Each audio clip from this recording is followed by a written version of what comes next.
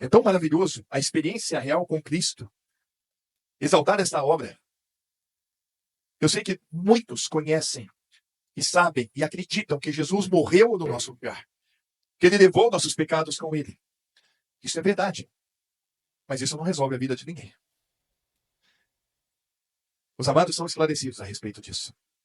É muito mais profundo. A obra da cruz é muito mais profunda. O que Jesus fez foi vir a este mundo para que ele fosse levantado naquela cruz. Ele declarou isso em João capítulo 4, verso 34, de uma maneira tão interessante a linguagem que ele usou. Jesus disse-lhes: a minha comida é fazer a vontade daquele que me enviou e realizar a sua obra. Deus amou o mundo de tal maneira que deu o seu Filho unigênito para que todo aquele que nele crê não pereça, mas tenha vida eterna. Olha, propósito bem definido. Deus deu o Filho dele único para que todos pudessem crer nele para serem salvos por ele. Portanto, quando Jesus foi levantado naquela cruz, muito mais de estar no nosso lugar, muito mais de ter levado nossos pecados com ele, foi algo muito mais profundo e extraordinário. Ele prometeu em João capítulo 12, verso 32, que quando ele fosse levantado da terra, ele atrairia todos nós para ele. Jesus veio para nos levar com ele para a cruz. E este é o método, esta é a forma, e assim que Deus fez e faz para salvar. Ele levou a todos nós para a cruz. Romanos capítulo 6, verso 6 é um texto muito conhecido, mas é importante que a gente veja. Sabendo isso, que foi crucificado com ele o nosso velho homem, para que o corpo do pecado seja destruído, para que não sirvamos ao pecado como escravos. Deixa eu ver se eu... Isso. Essa é a versão atualizada. E o versículo 7 diz: porquanto, quem morreu está justificado do pecado. Peraí, que morte é essa? Veja como é que Deus é extraordinário, né? O versículo 8 diz: ora, se já morremos com Cristo, cremos que também com ele viveremos. Jesus morreu na cruz, isso é verdade. Mas a mais extraordinária verdade, revelada por Deus a todos que buscam ele, é que nós morremos com ele naquela cruz. O versículo 4 ainda diz mais: sepultados, fomos, pois, sepultados com ele. Jesus não foi para a sepultura sozinho. Nós estávamos nele e fomos sepultados com ele. E a notícia é extraordinária. A maior de todas que já houve sobre a terra. Ele vive. Ele ressuscitou. E Efésios 2,6 nos dá alegria no coração. A certeza da regeneração. E juntamente com ele, nos ressuscitou. E nos fez assentar nos lugares celestiais. Em Cristo Jesus. Aleluia, aleluia, aleluia. Isso é novo nascimento. Isso é regeneração. Bendito Deus e Pai de nosso Senhor Jesus Cristo, que segundo a sua grande e infinita misericórdia, ele nos gerou de novo. Para uma viva esperança.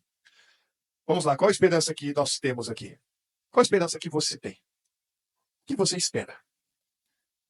Deus nos chamou em Cristo, ele veio habitar em nós. Nos selou com o Espírito Santo para que tenhamos uma viva esperança. Porque a esperança é Cristo, ele é a nossa esperança. E se nós temos algo a esperar de uma forma graciosa, é que ele vai voltar. Oh, amado, ele vai voltar, ele prometeu. Ele já veio e prometeu que voltará. E ele vem. Interessante que a vinda de Jesus, a segunda vinda dele, é interessante porque é tão simples o que ele vem fazer na segunda vinda. Segundo o que está escrito, ele vem, deixa eu mostrar para vocês, Mateus capítulo 25. E quando o Filho do Homem vier, em sua glória, e todos os santos anjos com ele, então se assentará no trono da sua glória. E veja o que ele vem fazer. Todas as nações serão reunidas diante dele, e apartará uns dos outros como o pastor aparta os bodes as ovelhas. Veja, quando Jesus voltar, ele vai separar os bodes das ovelhas. Veja como é que é simples. E aí, o que vai acontecer? Porá as ovelhas à sua direita, mas os bodes à esquerda. E aí, o que ele vai dizer para as suas ovelhas? Deixa eu só lembrar uma coisa que vocês conhecem. As minhas ovelhas ouvem a minha voz. Eu as conheço. Elas me seguem. E dou-lhes a vida eterna. E nunca hão de perecer. E ninguém as arrebatará das mãos do meu Pai. Jamais. Então dirá o rei aos que estiverem à sua direita: vinde benditos de meu Pai. Possuí por herança o reino que vos está preparado desde a fundação do mundo.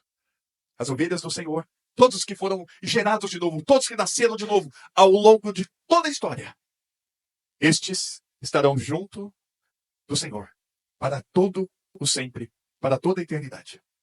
Agora, é triste, mas está escrito a situação daqueles que não creram.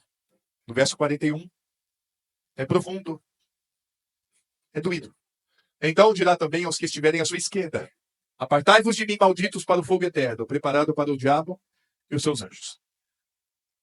Por isso que nós devemos pregar, testemunhar do amor que Deus tem e teve e terá até o fim para salvar.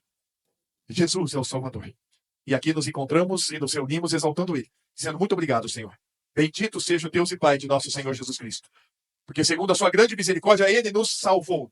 Ele nos gerou de novo, Ele nos fez nascer de novo, Ele nos lavou do pecado. Do sangue do Cordeiro.